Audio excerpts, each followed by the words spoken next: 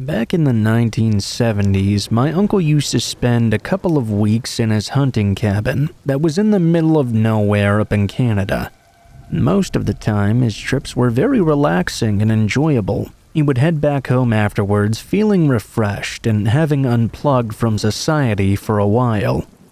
He used to tell me that he had some of the best moments of his life just sitting on his front step, watching the stars fade from the sky and the dawn appear on the horizon. He was a real man of the earth who enjoyed being one with nature. Honestly, I'm kind of surprised he never just sold his condo and went full Amish. There was one year that nearly derailed his loner lifestyle though, and scared him so much he nearly sold the cabin altogether. He never went back either. It's the most popular story circulated through my extended family, and the reason I always triple-check my locks before going to bed now. For some context, the cabin was not accessible by vehicle. There was a medium amount of hiking involved to reach it. It was around 400 square feet and was made up of a single room. There was no running water and no electricity either. It was a wooden structure built upon a small stone foundation. Because of this, there was about a 12-inch space between the ground and the floor of the cabin. There was a trap door by the fireplace, where he would drop extra logs of firewood so he wouldn't have to venture outside to collect more. The incident happened in October. It was extremely cold even by Canadian standards. When he wasn't at the cabin, he had the front door locked with a padlock. Upon entering this time, the very first thing he noted was the hint of tobacco in the air. This confused him obviously, because he didn't smoke himself, and he hadn't been in the cabin since January. He shrugged it off though and got himself settled in. His first order of business was to get a fire going. He lit lanterns, unpacked, pulled his chair to the fire, and fell asleep. He woke up several times during the night though, always in a state of panic as if the chair was tipping over and he was falling. The wind was roaring so hard outside and the cabin walls were creaking so much he shrugged it off as paranoia. Eventually, he left his chair and went to bed instead. He awoke one more time that night, when the dawn was just beginning to peek through the window. He shot up in bed when he heard a loud roar of the wind. Through his haze of sleep, he thought he saw a figure outside the window. He scrambled out of bed, knocking over his chair. He grabbed his hunting rifle and bolted across the room. He flung open the front door. Fresh snow had fallen during the night, but there weren't any signs of footprints outside. He slammed his door shut, put down his rifle, and muttered a few profanities.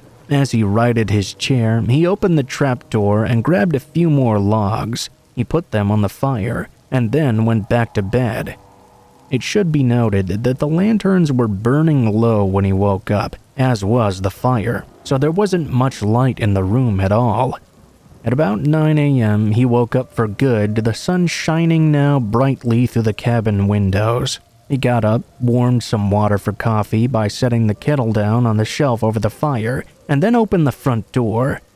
He said what he saw next nearly gave him a heart attack. There were footprints in the snow, leading away from the cabin's front door. My uncle, being his normal impulsive self, threw some clothes and boots on, grabbed his rifle, and followed those footprints through the trees, his gun ready for confrontation. The footprints circled up the surrounding hills, and my uncle followed them until they ended at a spot where the entrance of the cabin was in plain sight. The intruder had clearly crouched for a long while. He then noted a further set of tracks a ways off, a good stride further into the woods. Based on the boot size of these footprints, the stranger was just as large as my strapping 6-foot uncle, if not bigger, and was clearly expecting my uncle to notice his tracks and come after him. Otherwise, he wouldn't have stopped to watch the cabin. He would have continued to make his escape. My uncle didn't want to fall into any kind of trap, so he fired a single shot into the air as a warning and made his way back to the cabin. Once inside, he locked the door and opened the trap door by his fireplace. As he poked his head down, he scanned the area underneath the cabin with a flashlight and discovered one of his own blankets and a dirty, tangled mess in the corner. There were many empty soup cans he recognized from his own pantry, a single spoon, and several dozen small bones, most likely squirrels or rabbits. What my uncle thinks occurred was that somehow an intruder had broken into the cabin while my uncle was away and had been hiding under the floor the entire time. He came to the conclusion that the reason he kept being jolted awake the night before was because half of the chair had been resting on top of the trap door, and whoever was below was trying to get out by lifting the hatch. Later on, when my uncle thought he saw a figure outside the window, he later realized that figure must have actually been inside and was heading for the door to escape. He was interrupted when my uncle got up. The man had likely then left back down through the trap door. My uncle knocking over the chair must have really startled him. The creepiest thing about all this wasn't that a complete stranger was hiding so close by. It was the fact my uncle thought he was all alone when someone had been with him observing him the entire time. It really calls into question who this person was and what his motives were. It's never been confirmed how the man broke into the cabin, but he was already under the floor when my uncle arrived, which tells me he was going to great lengths to make sure he wasn't discovered. When he finally emerged from underneath, he could have killed my uncle in his sleep easily, but instead he took the opportunity to run. It's possible he was simply a squatter, or decided he didn't want to risk a struggle. I think whoever he is, he was on the run, or at the very least had something to hide. Earlier that same year in May, not very far away from my uncle's cabin, a 17-year-old girl had gone missing while walking up the road to visit her cousins. Shortly after, in August, a 21-year-old woman was found stabbed to death on the very same road the girl had disappeared on. I believe whoever was in my uncle's cabin could very well have had something to do with one or both of these unsolved crimes. My uncle never reported the incident to the police, and to the best of his knowledge, the intruder never returned. It really makes me wonder to this day, though, are we really ever alone when we think we are? Because if someone could be hiding underneath the floor in an isolated cabin during the winter, is it really so impossible there could be someone under your bed right now or something? Things to think about, I guess.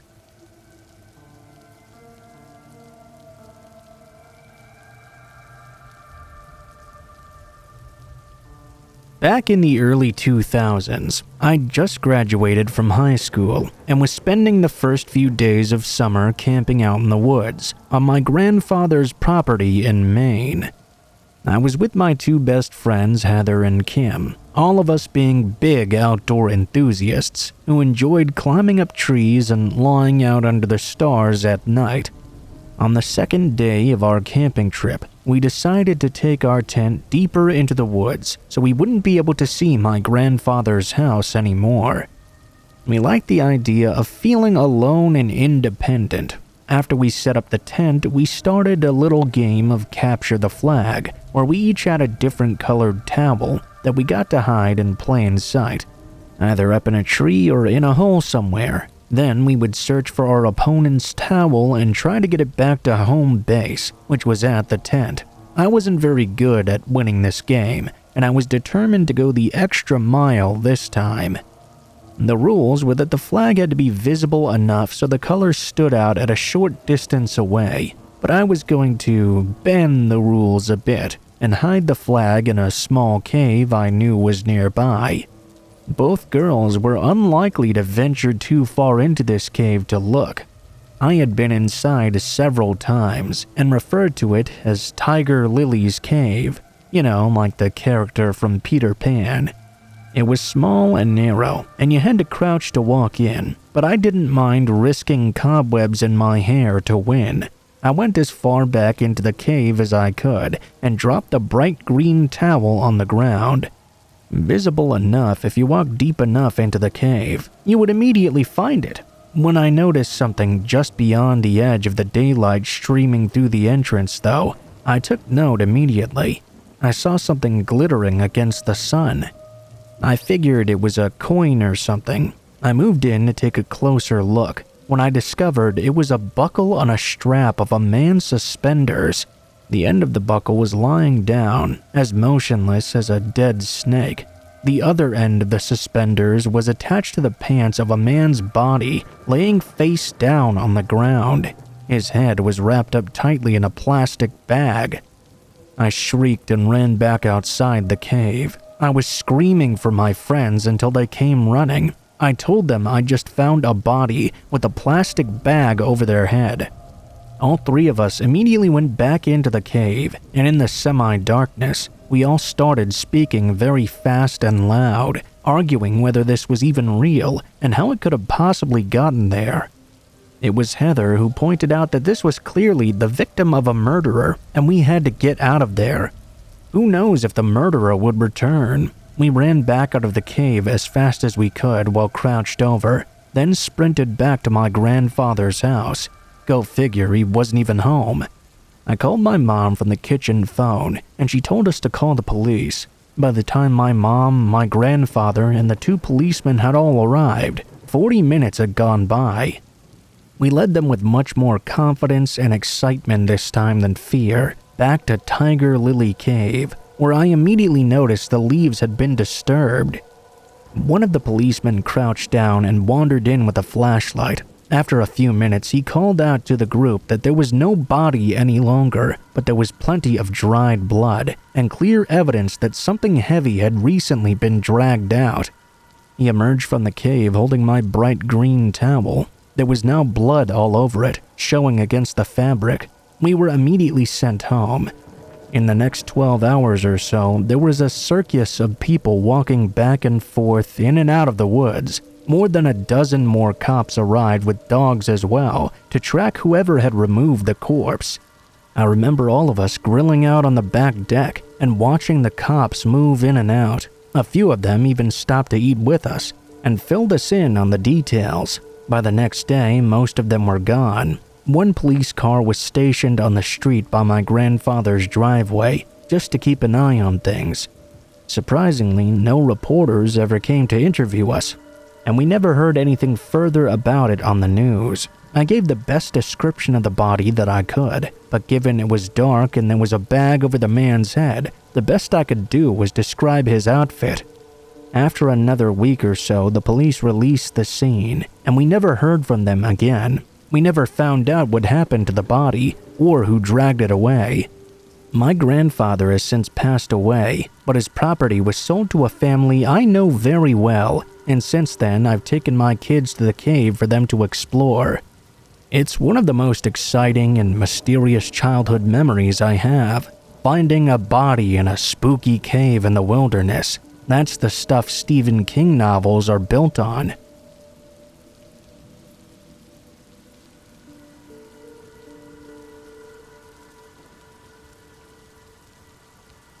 When I was 17, I had the extreme misfortune of breaking both my legs at the same time. I had been playing football with some of my friends out behind my house in a wide open field.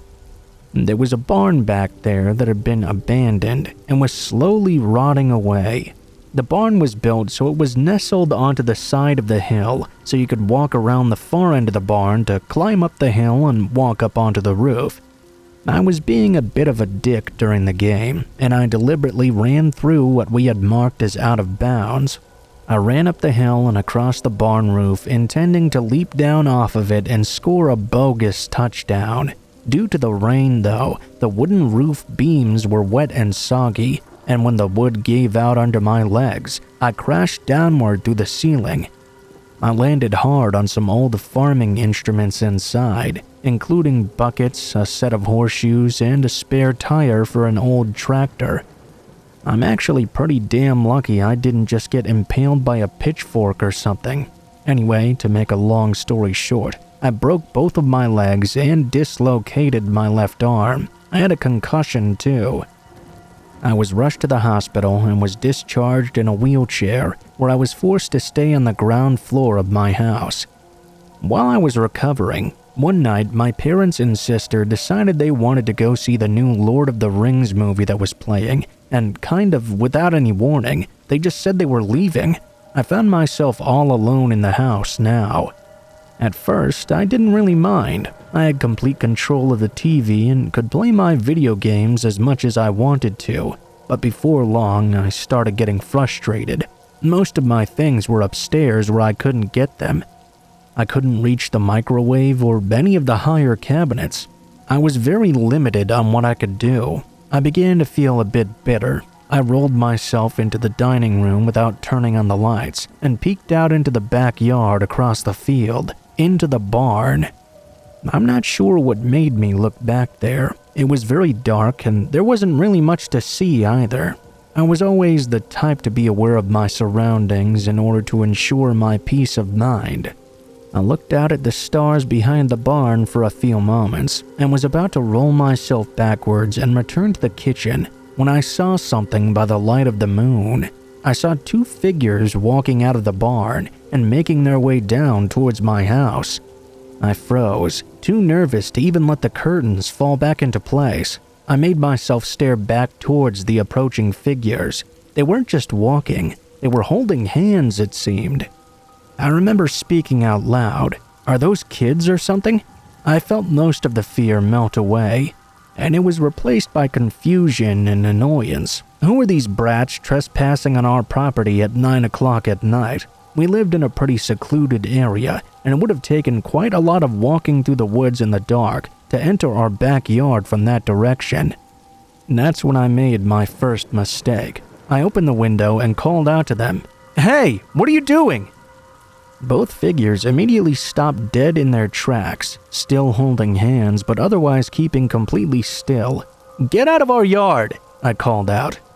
There were perhaps 5 seconds of silence before one of them called out in a voice so calm it made all the terror and fear come rushing back. "Can we come in?" The voice sounded muffled, and at this point my eyes had adjusted to the darkness a bit better now.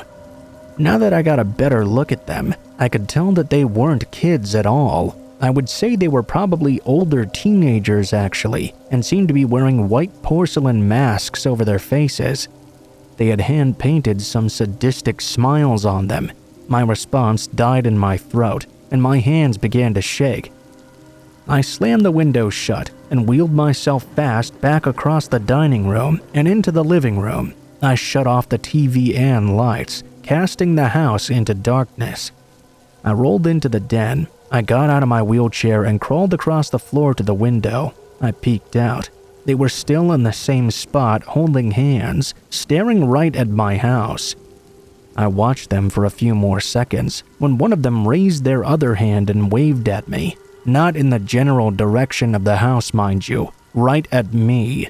I ducked back down and started freaking out, cursing. I had turned out all the lights. There was no way they could have seen my half a face peeking out at them from the distance, especially in the dark.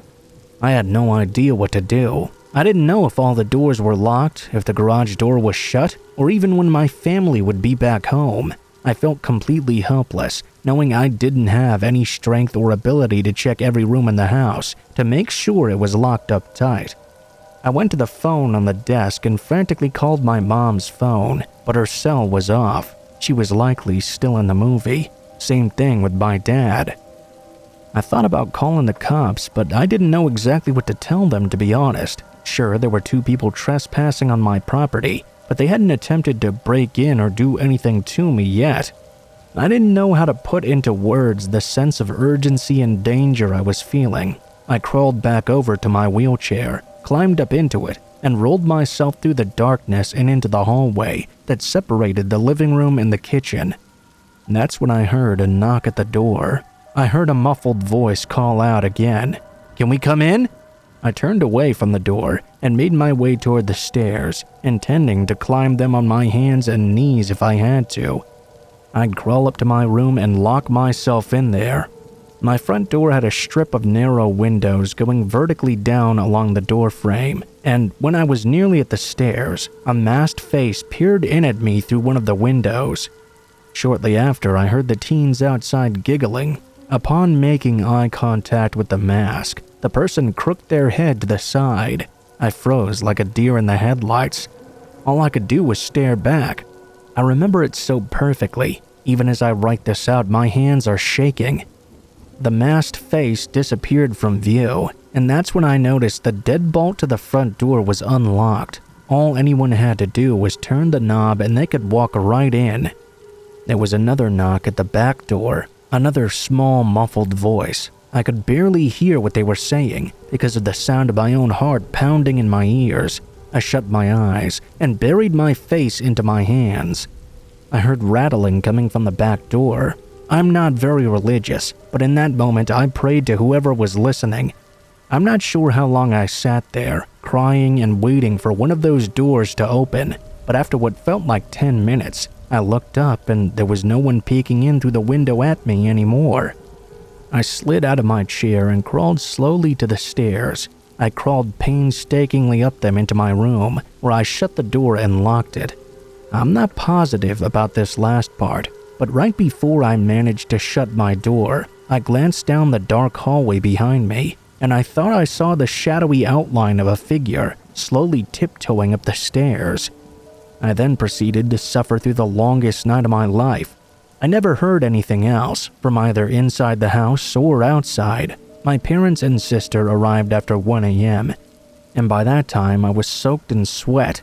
They thought by the look on my face I must have suffered a stroke or something, and nearly called the ambulance for me. I never saw those masked people again.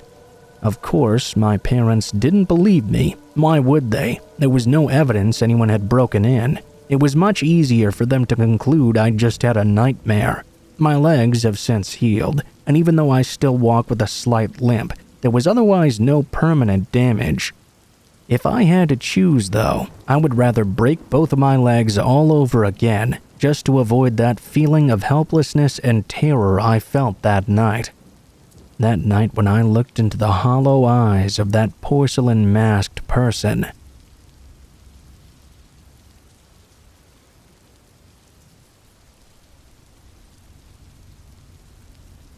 This happened in October of 2014. I'm originally from a small town, but I moved into a larger area in the Midwest for grad school. When this happened, I'd rented a room and shared a house with other students near the university.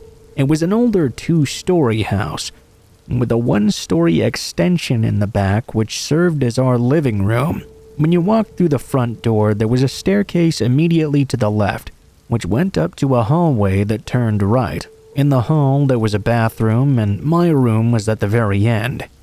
There were 2 other rooms on the right side as well. At the time, I had 3 roommates, a girl who lived across the hall and a guy who lived in the other room upstairs. There was also another guy in the downstairs area. All of them were usually gone on the weekends, though. On the night in question, I was dating my girlfriend for a little over a month. It was Saturday night, and I'd picked her up in my car. We went out, had a few drinks, and took an Uber home. I didn't feel comfortable driving. We got to the house and went immediately upstairs to my room. We were the only ones there. After me and my girlfriend had some intimate time together, we fell asleep. I'm a pretty heavy sleeper, but my girlfriend is not. All of a sudden, she nudged me awake to tell me she had heard a noise coming from outside. I told her it was probably just some drunk people walking by, since we lived so close to campus. Maybe it was a raccoon or some other small animal. She seemed satisfied with that explanation and tried to go back to sleep. Just then, though, we heard another noise coming from the back of the house. It didn't sound like people just walking by. This time, I got out of bed and walked over to one of my windows, which faced the area the noise was coming from directly. I had the curtains and blinds down. I peeked from around the corner and looked outside. My slight buzz and drowsiness went away immediately. My heart started racing like crazy after I looked outside and saw the silhouette of a person climbing onto the roof of the extension. My girlfriend saw my reaction and asked me what was wrong. I immediately told her to grab a phone and go to Jessica's room across the hall, lock the door and call 911 because there was an intruder climbing the roof of our house. My girlfriend did as she was told. I slipped on a pair of gym shorts and shoes and grabbed a kitchen knife that was on my desk, left over after eating some dinner and conveniently forgetting to clean it up the night before. How lucky for me. I stood next to the window with my back against the wall and listened in closely. I could hear the person walking along the roof, leaving light footsteps. Then I heard a noise. I could tell he was fidgeting with the bathroom window, which was right next to my room. Luckily, that window was already locked. I tiptoed outside my room into the hall, waiting to attack if he broke in through the window, knowing I had to protect my home and my girlfriend. I stopped hearing the noises coming from the bathroom window. Then I started to hear a similar noise coming from my window, the one I'd just been standing next to. My heart was pounding really hard now. I gripped the knife tight in my hand, mentally rehearsing on what I would do if they managed to break in. All of this occurred within just a few moments. I realized that maybe I could just scare the intruder away and avoid a confrontation completely. I took a deep breath and yelled, "I have a gun! Come inside and find out!" I heard the thud of footsteps going away from the window, and then the noise of gravel. I was sweating at this point. I walked outside my room and knocked on Jessica's door, telling my girlfriend it was me, and the intruder seemed to be gone. She unlocked the door and opened it. I saw she had been crying. I dropped the knife and hugged her. I told her everything was going to be okay. Just then, I saw the blue and red lights of the police outside the window of Jessica's room, which faced the front of the house. I told my girlfriend to come with me so we could tell the police what happened. I walked downstairs, turned on the porch light, and unlocked the door, opening it slowly with my hands held up. The police were approaching with their guns drawn and saw me in nothing but shorts and shoes drenched in sweat. I kept my hands held up and told them I lived there and the intruder had ran away out the back. The police officer said something into his radio, some code or something. He said the intruder was still on the loose. He stood there with us while the other officer walked inside the house. I was told he was going to check and make sure there was no one hiding inside or something. After what seemed like a long while, but was maybe only a few minutes, I heard a voice over the radio calling it all clear. We went inside, and one officer began to ask us questions, while the other poked around outside. After giving our statements, the other officer walked back in and told us it looked like the intruder had climbed on top of our garbage cans to get onto the roof. One of the cans was apparently tipped over. Since the house was dark and there was no light outside and no cars in the lot, we may have been victims of an attempted robbery. I asked the officer if there was any weapons they might have left behind in their startlement. He said no. It was unlikely the intruder wanted to harm anyone. There had been a series of break-ins during the last several weeks around campus, with the intruders mainly only taking prescription drugs. He advised me to get a better weapon than a steak knife for the future, and to keep the lights on inside and our windows locked, maybe consider installing outside lights. I asked if he could fingerprint the window, but he said he couldn't because nothing had been taken and no one was harmed. Most likely this person had been wearing gloves anyway. The police told us they would have units search the neighborhood, but it was unlikely they would find the person, since I couldn't give a description of them, having only seen a silhouette. Needless to say, my girlfriend and I did not get much sleep that night. The next day, I called my landlord and told him what happened. The following day, we had a bright light installed on our back patio that turned on when it got dark automatically. We also installed a motion light outside the window upstairs that shines brightly if anyone tries to stand on the roof.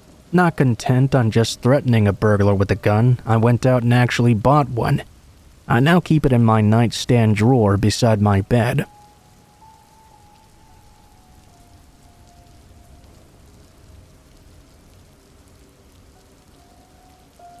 This happened after my hunt for some white-tailed deer in northern Michigan. I was leaving the woods and heading back to my car for the long ride home. The sun was setting and the air was crisp. The smell of fall was in the air. As I got to my car, I heard some rustling in the brush on the other side of the trail I was parked on. Thinking it was an animal, I looked across, only to see a man standing there. He was kind of swaying from side to side. Not a drunk type sway, mind you, but more an impatient standing in the line for a long time type of sway. I called out to the man. Maybe he might need help or something. "Hey man, you lost?" He didn't answer. Instead, he gave me the creepiest smirk and tilted his head back slightly without taking his eyes off me. Needless to say, I was creeped the fuck out by this dude. My guns had made me feel protected, but as I'd loaded my pack and shotgun into the car already, I couldn't take my eyes off him. He kept his locked on mine. Luckily, I'd kept my 9mm on me, just in case he tried something. I was parked parallel to the trail, so when I got into my car, I could still see him. I drove off feeling unnerved and checked back in my mirror. He was in the middle of the trail, just running in my direction. That was the creepiest day of hunting I ever had.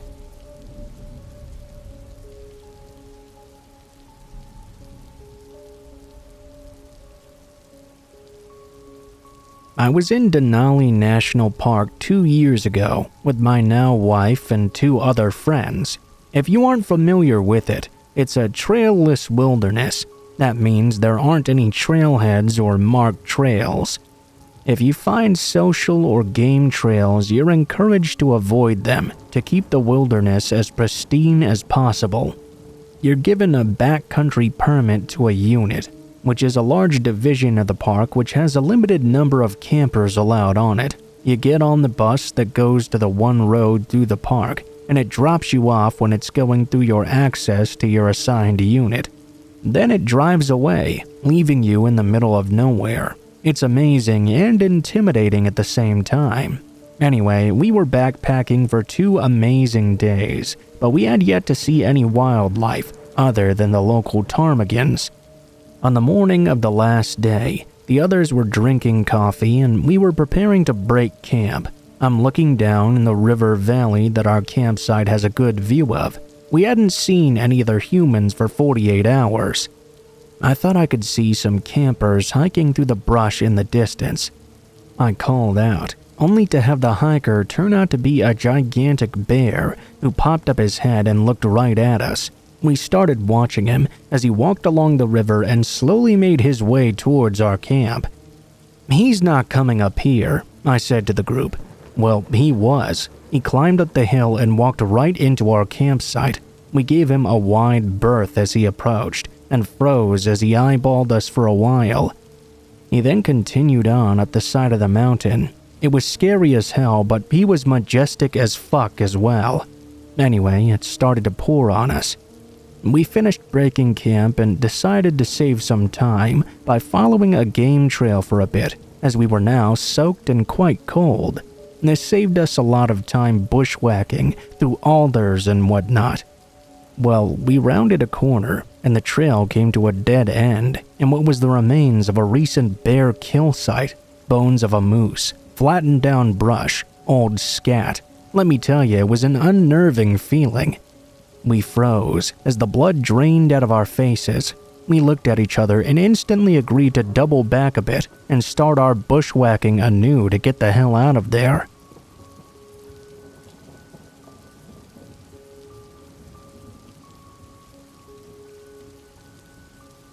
I was doing an overnight in a nearby nature preserve, testing out some new gear. I'd hiked that place many times and knew it quite well. I chose a spot a little too close to the water, however, and being Michigan in the summer, dusk brought many mosquitoes. All the mosquitoes, I'd imagine. I made a small, punky fire that kept them at bay, but once I put it out and turned in for the night, those sharks came cruising in. I tried to stick it out, but by 00:00 I got the fuck out of Dodge. It was a really lovely night though. Clear sky, full moon. It was nice having the forest to myself. Except I didn't. I was walking a trail below a ridgeline when I could sense something keeping my pace above and a bit behind me, just to the left. When I walked, it walked. When I stopped, it stopped as well. The area was too densely wooded to make out anything by just moonlight. I could hear the sound of it moving, very light steps, an occasional leaf or twig cracking. I've got pretty exceptional hearing and smell, but there was a hole where I thought it should have been.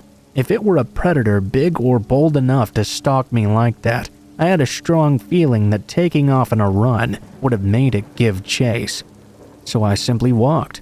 For miles, this thing tracked me down. I think that was the first time I ever had cold sweats, just trying to remain calm and not give in to the flight urge. After a couple of hours, I got near the entrance of the park, close enough that you could make out the ugly yellow of the sodium lights near the main road. Around about then, I noticed that whatever was there left as I approached the light. It let me exit the park unmolested, but I had a new respect for the things that go bump in the night.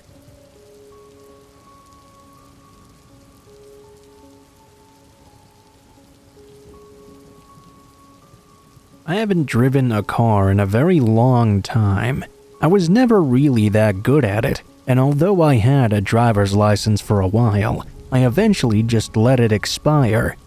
I've spent most of my life walking all over the place or taking a bicycle whenever I had one available.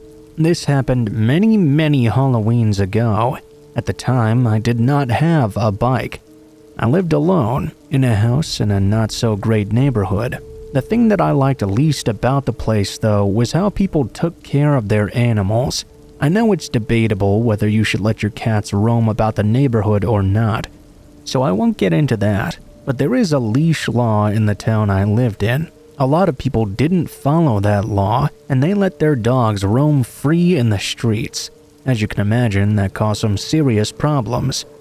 It was very cold on this Halloween night. This was a bit unusual for the area that I lived in, because it was normally pretty warm around October in this part. The temperature was in the 30s throughout the day, though. I was going to go out earlier in the day and buy myself some Halloween candy, but it was far too cold for me to do that. As it got down to night, though, I was craving candy so much that I decided to go ahead and walk to the store and get some. I got bundled up, dressed in layers, and set out for the store. It was surprisingly dead outside for a Halloween night, no pun intended. I chalked that up to the foul weather, though. The people in town were nowhere near used to it being like this. As I walked along, I noted there was a big white dog that was hanging out in front of a house across the street from me. He was barking at me as I was approaching my turn, but I didn't really think much of it. That was normal for the neighborhood. When I turned the corner, however, the dog started running across the street toward me. He didn't seem aggressive and stopped in the street. I put out my hand palm up to show him I didn't mean him any harm. He stopped for a moment, then began barking again. He got closer to me, and I really started to get startled. I began to walk faster down the street. He kept barking and chasing me, getting close to me each time before stopping. I was wary of him the entire time, but eventually he did stop coming after me. There was a Dollar Tree store that I walked down to in order to get my chocolate. I got in, and at that point I was more than ready to just go home. Even though I was bundled up, I was still not feeling great out in the cold. I wanted to get back into my warm house. On the way back, I recalled my encounter with that dog. I really didn't want to have to go through that again. I began wondering what I was going to do while walking back. If I remained on the sidewalks, I had to go by the house the dog was by again. The only way to get to my house otherwise, and I'm not kidding about this at all, was to walk through a graveyard. I'd have to slip through someone's yard in order to get to the graveyard, but I decided it was worth it to avoid that dog. I was also thinking that maybe it would be kind of cool and creepy to walk through a graveyard on Halloween. I hated cutting through someone's yard, but I still did it. The graveyard, as I'm sure most graveyards have, had a road that went through it. I wouldn't have walked through it otherwise. I didn't like the idea of walking across someone's grave. The one thing the graveyard did not have, though, was lighting. As I was walking through it, I could see somewhat, but it was not that easy to do so. I didn't think I would be scared walking through a graveyard, but honestly, I was a little. I didn't believe in supernatural things. I was more mildly scared someone might be skulking about in the darkness. The thought of getting home to my warm house was much more important to me than a little bit of fear, though. At one point, I began to hear what sounded like someone yelling from quite a bit ahead of me. I stopped walking. I didn't know what to think. I mean, it was Halloween, so maybe I just heard something coming from someone's house, then thought it was coming from the graveyard. If you've never heard a scream or yell while walking through one, though, you really have no idea just how creepy that is. I almost thought I should turn around and take my chances with the big dog. After a few moments, though, I decided there was nothing to be afraid of. I continued through the graveyard. I wouldn't think twice about this once I'd finally arrived home. I noticed some movement up ahead of me on the graveyard road, though. Someone was walking towards me. It was too dark to see anything about them, but I felt the apprehension again. I just tried not to think about it. There couldn't be anything wrong. It all had to be just in my head. After only a few moments, I noticed the figure had stopped walking. Then very quickly, it ducked back into the graveyard and hid out of sight. That was really weird. It made me think that maybe the person was also scared to see someone else walking through there in the middle of the night and ran off. I continued walking deeper in. I passed by the place the figure had run off to and looked around. I didn't see anyone there. It was right then that I heard what sounded like a groan coming from up ahead of me. This whole night and this whole experience was just getting weirder and weirder to me. I decided to just hurry up and try to get it over with. I began walking as fast as I could. I heard another groan up ahead of me, and I looked in the direction of it. There was something else that was scary. I saw someone climbing up over a gravestone. It was like watching a zombie pull itself out of its grave, the most terrifying thing I'd ever seen in my life. Although I didn't believe zombies were real, I was more terrified at that moment than I'd ever been in my entire life. "Help!" I heard the zombie groan at me. If I hadn't heard that, I would have turned around and ran right back out the graveyard and took my chances with the dog. But that brought me back to my senses. This wasn't a zombie. This was someone who really needed some help. I ran up to the person and tried to help them to their feet. I noticed they were definitely injured. It was hard to see, but I could tell there were dark spots on their clothing. "They stabbed me," the guy told me. "Please help me." "Don't worry, I will," I told him. I took out my phone and called 911. I explained as best I could that I was in the graveyard with a guy who'd been stabbed multiple times. I needed help right away. It wasn't until then that I remembered the guy who'd initially run off into the graveyard when I had seen him.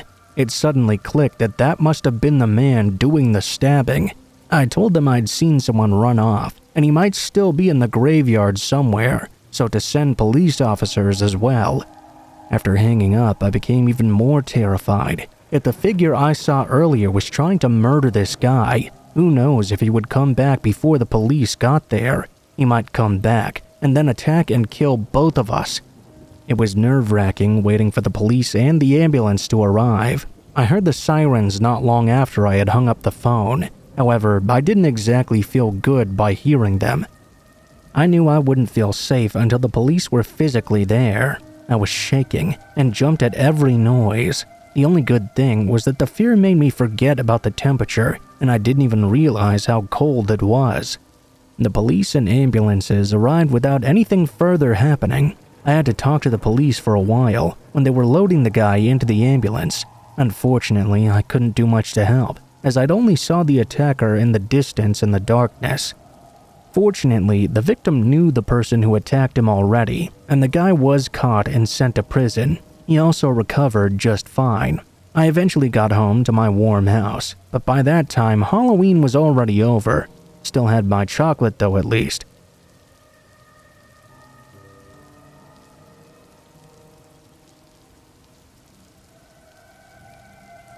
I love trick-or-treating. I always enjoyed it when I was a kid, and when I got older and got my own place to live, I really loved giving out candy as well.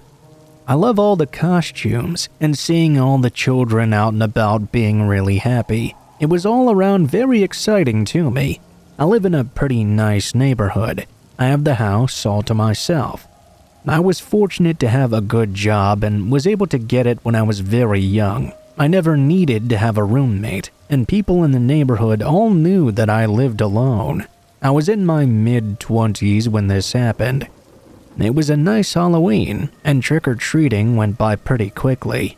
Soon it was dark and cold outside, and there were no more people in the streets and yards. I watched some scary movies for a little while before I finally decided to head to bed. I have to admit I did get a little bit worked up from watching these movies. I still do get a little scared of them. Plus, the back of my couch faces the big picture window that in turn looks out onto my front lawn. There were a few times while I was watching these movies that I thought I heard some noises coming from behind me. It was like someone was tapping on my window. The first couple of times, I turned around and looked out to see what it was. Of course, there was nothing out there. It was all in my head, and I knew it from the very start. After lying down for a while, I was finally tired enough to go to bed. Even though I lived alone, I always slept with my bedroom door closed. I was like that with all my closets too. I always had to keep the doors closed on everything. Whenever a door was open, I always had this scared anxiety that I would eventually see someone standing in the doorway. It was one of the few things that really made me super anxious. Still a little bit scared from the movies I had been watching, I finally began to drift off to sleep. That was when I heard what sounded like a knock at my bedroom door. I had only just been drifting off, so I was surprised and immediately opened my eyes. After a moment or two of being scared, I remembered that it's not uncommon for people to hear knocking sounds when they're drifting off to sleep. I decided that must be what was happening and tried to fall asleep again. That time, I was successful enough to fall all the way down to deep sleep. A very short while later, which I knew because of the time on my alarm clock, something woke me up. I sleep on my side, so I rolled over onto my back to look around. As I completely woke up, I saw my worst fear. There was someone standing in the doorway to my bedroom. It was a dark and terrifying looking figure, although I couldn't make out any details at all. "Trick or treat," I heard the figure say, in a very terrifying voice. I was scared, but I was able to get my bearings about me pretty quickly. I reached over to the nightstand by my bed and opened the drawer. I went in and pulled out the loaded gun I always kept in there. The guy's eyes must have been more adjusted to the dark than mine were. He had to have seen that I had the gun because he immediately started moving away. I heard him moving through the living room, and then I heard the front door open but not close. The first thing I did was get up and go into the living room. I was worried maybe the guy had tricked me and hadn't left the house at all. I searched around but couldn't find him. I closed and locked the front door and turned all the lights on. After that, I went back into my bedroom, turned on the lights there after closing and locking the door, and used the phone in the room to call the police. Then I backed myself into a corner with my gun and waited for the cops to arrive. The cops searched the house, but they didn't find anyone there. There were no signs of a break-in either, but that was no surprise really. I very rarely locked the front door back then because I lived in such a safe neighborhood, but after that night I always did.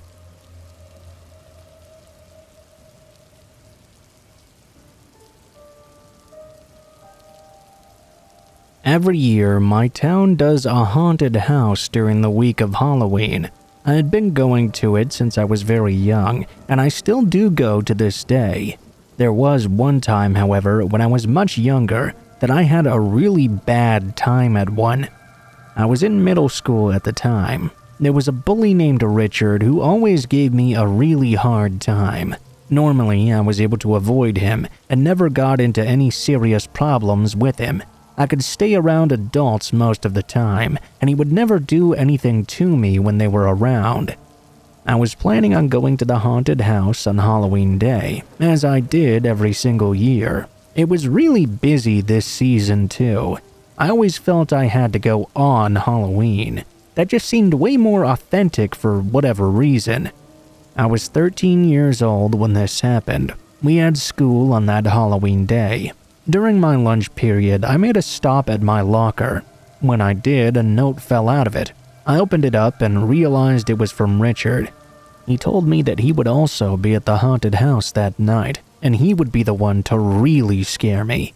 I was nervous, but I wasn't really that worried. I mean, what could he possibly do to me in front of all the people that were going to be there? I had every reason to believe I would feel safe among that many people. It was dark by the time I got in line for the haunted house. It was just as busy as I thought it would be, too.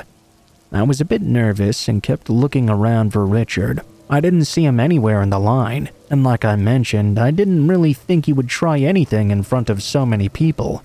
As the line grew longer and people kept going in and out of the haunted house, I still couldn't see him anywhere. I eventually decided the note must have been nothing more than him wanting to scare me. I went into the haunted house, and I was happy that they did everything so different each year. You could go through the house with your friends or by yourself.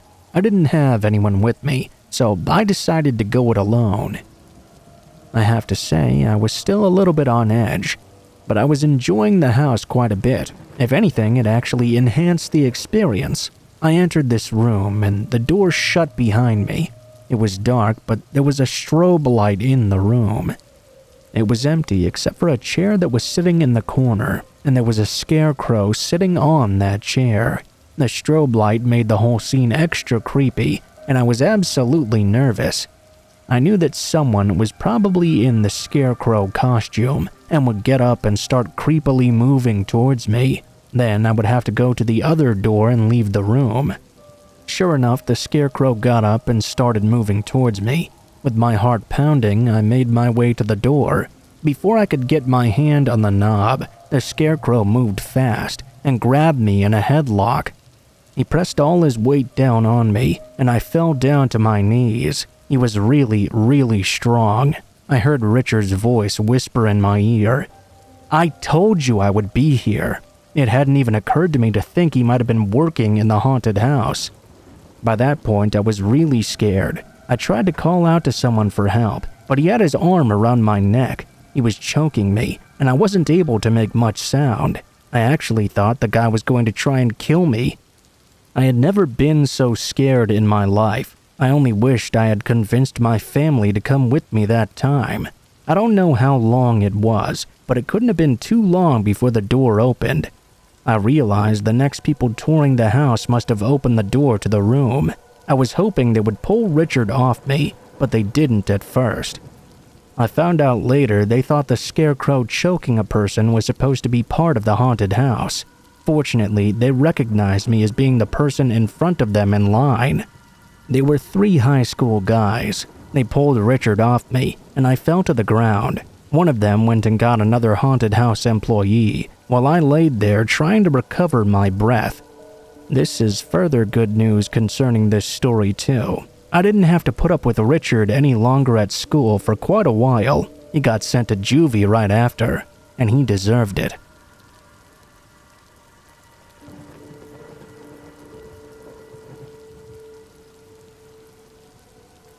Before my father and I moved to another state, my father went and visited the area to check on the progress of our new home, which was currently being built.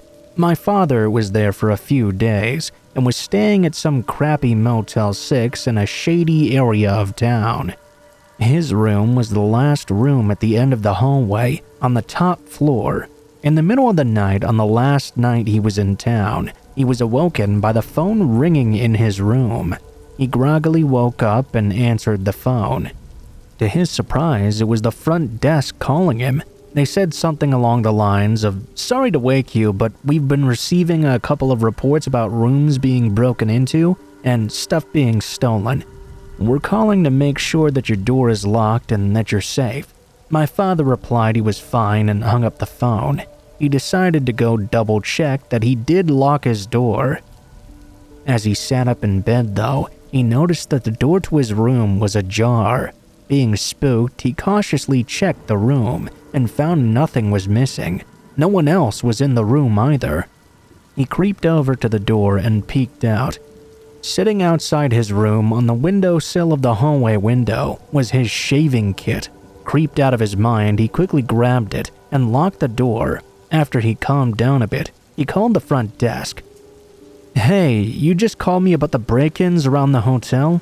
I wanted to report my room was broken into when I was sleeping. Nothing was stolen and I'm fine. Just figured you'd like to know." The front desk replied, "You must be mistaken, sir. We never called your room. We haven't received any reports of break-ins either." Needless to say, my father had a hard time sleeping for the rest of the night.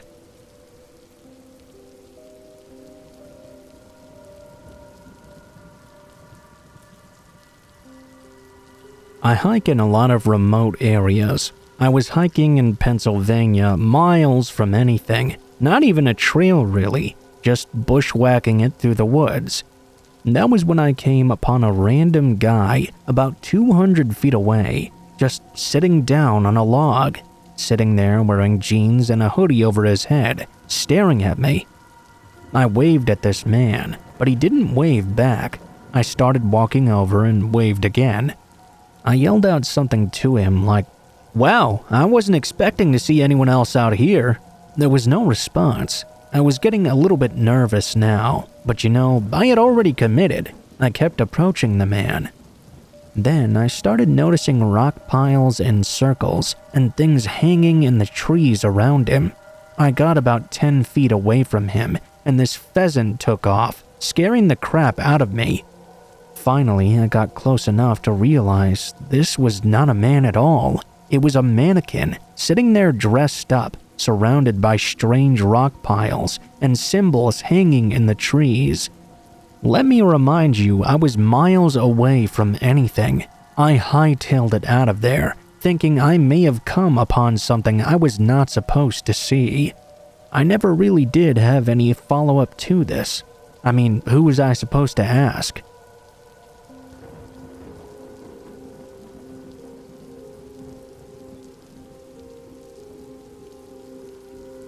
Back in 2003, while stationed in Portsmouth, Virginia, I was going through a divorce. As such, I'd moved back into the barracks, reeling from the stress of the divorce. I had a lot of trouble sleeping, and so I would go for a run at all hours. One such morning, around 4 a.m. or so, I took off for a quick 5-mile run. Portsmouth has some pretty dodgy areas, and my run route took me straight through one of them. As I got to the top of a bridge, I saw someone standing on the side of the road. It was a bit odd, but not completely unheard of. Sometimes I would see a non-runner standing somewhere other than a bus stop. Anyhow, he watched me the entire time I ran closer to him. As I got even closer, he turned his back to me, but continued to watch me over his shoulder. Since I tend to become more friendly in awkward situations, I said hello as I ran past him. I picked up my pace though, and after a couple of minutes, I had pretty much forgotten about the encounter. As I continued my run, there was a bridge that went over an interstate. After I crossed this bridge, I just about had a heart attack as I saw the same man standing on the side of the road again. No cars had passed me by, and there was no way he could have gotten from where we first met to here in that short amount of time, not without driving past me again. Being nervous, all I could say to the man was, "Wow, you're pretty fast." I'm pretty sure I broke a personal speed record after that.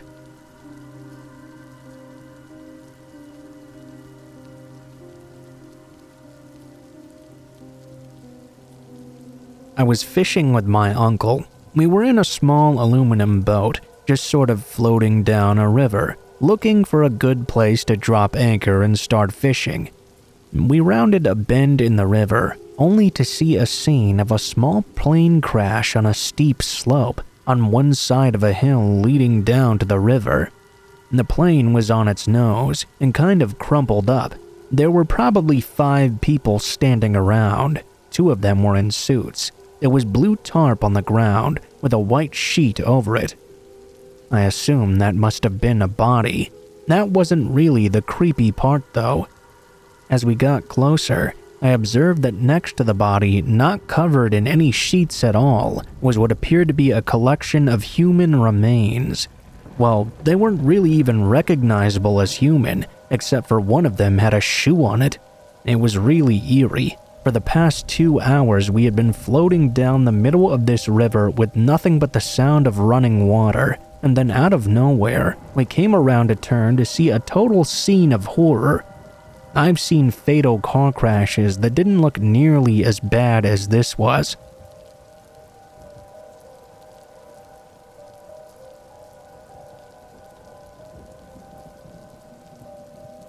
This was back when I was a little kid in Eastern Europe.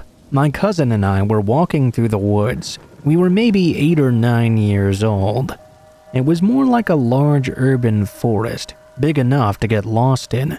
Suddenly, we saw a man standing in the bushes. He was wearing nothing but tighty-whities, dress shoes, and a fancy watch. He had his back towards us. We kind of froze, standing there and staring at him. He must have heard the rustling sound behind him because he slowly turned around. He had the creepiest smile on his face and slowly started moving towards us while making a beckoning motion with his finger. I remember being frozen with fear for a few moments before turning around to look at my cousin. He was no longer there. I could only see his heels flashing in the distance as he was running away. Of course, I followed immediately. I don't think I ever ran that fast before or since.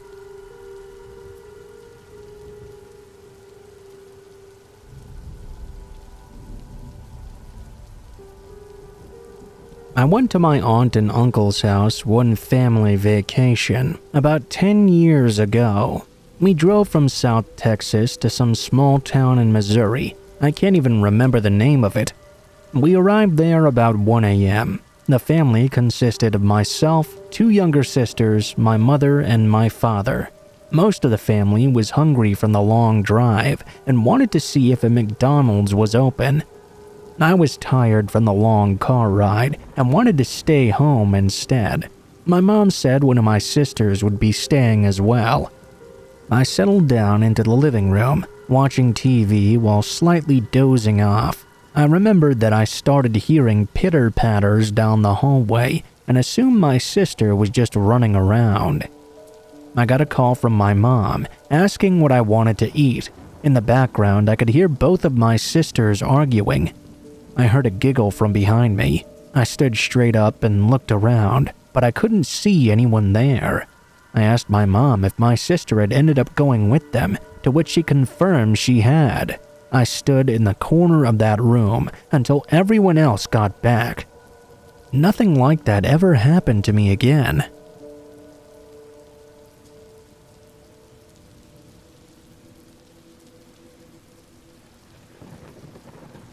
This happened recently. It was midnight and I was at the train station, waiting for my train to arrive. I noticed this really tall guy walking in my direction and carrying a suitcase. As he came closer to me, I noticed he was really struggling to carry whatever was inside this suitcase. It looked really heavy, and oddly enough, it seemed to be leaking some sort of liquid. It was certainly not water. It seemed much thicker and darker. As this guy approached me, he ordered me to take his suitcase from him. The tone of his voice was way too aggressive, and he didn't sound sober at all. Taking a closer look at him, I noticed he was covered in dirt all the way up to his face and had several cuts on his forearms. I said sorry and started to walk away. My train started to arrive. The man followed me, saying things I couldn't quite understand. I ducked into the train to avoid him, and the door shut behind me. I turned around and looked out the window. He was outside, pointing at me and yelling gibberish. As the train slowly started to depart, he began to punch the window. Frustration was in his eyes as they locked on me. I was very relieved I hadn't had to stay there with that man any longer. I was on the train, and the fellow commuters looked at me extremely puzzled. They wondered what all the commotion was with me and that weird guy. Well, I certainly wondered too. It really creeped me out. I always wondered what was inside that suitcase. I'm sure your imagination will come up with the same thing mine did.